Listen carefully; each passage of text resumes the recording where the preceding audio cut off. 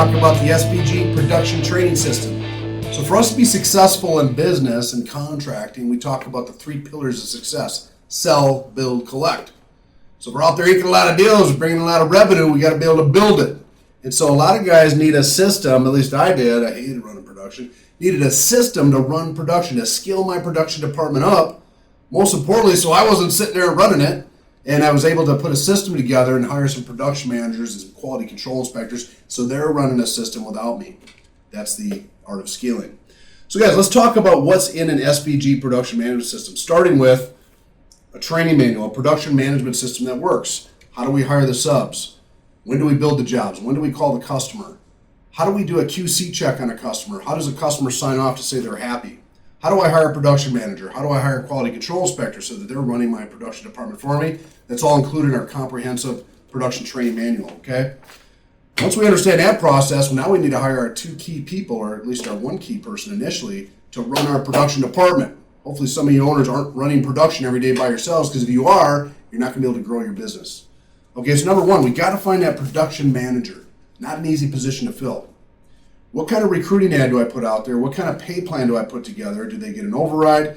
How do I hold them accountable to do their job? Okay, what does that daily job look like for a production manager? What should they be doing? When do they call the customer? When do they order jobs? When do they drop them? When do they order the QC out to do a QC check? When do they call a salesperson? How do they execute a change order? Is all in our production manager training manual, okay?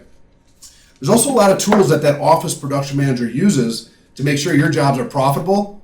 They get built the right way without liability, and you can collect them when they're done, correct? Number 1 is, how do I hire those subcontractors? So in our program, we include, these are all branded, by the way, branded documents for your company, but we include a subcontractor checklist. Do they have insurance? What kind of crews do they have? Do they have GL? Do they have workers' comp? This goes on the subcontractor's file for every subcontractor that's hired for the company. Also, their sub-IC agreement. This is an 18-page legal agreement allowing you as a contractor, the prime contractor, to hire your subs. All the accountability rules, all the liability issues, insurance rules are here in a subcontractor IC agreement, which we brand up for your company. What kind of job magnets or CRM do we use? Or do we use an old white school board system or CRM? Everybody's got a different flavor. What kind of production report? We brand up a production snapshot report for you owners. A lot of times you guys don't live in a CRM. You need a 1 snapshot report to see what's going on in that office with production. So these are all the tools that an office production manager would use to set up and run office production. Also, that production manager uses our PreCap. This is an automated digital program we offer along with the production management system. It's a PreCap, so we know what the profitability of our jobs is. The production manager fills this out in every job. It auto-populates to the roof order sheet, which is their material order sheet, the roofer pay sheet, siding order sheet, gutter order sheets, miscellaneous trades order sheets. Everything they need to do to execute production on their job is in an Excel digital format that populates to each other. Okay, so that's included in our system. Next, now we're running, we're building a lot of jobs. We need someone to manage them in the field. So we need a quality control inspector or a field project manager. How do we recruit this guy or gal? How do we find them? What do we pay them? How do we hold them accountable? Because once we hire these people, we have to have a system in place to train them.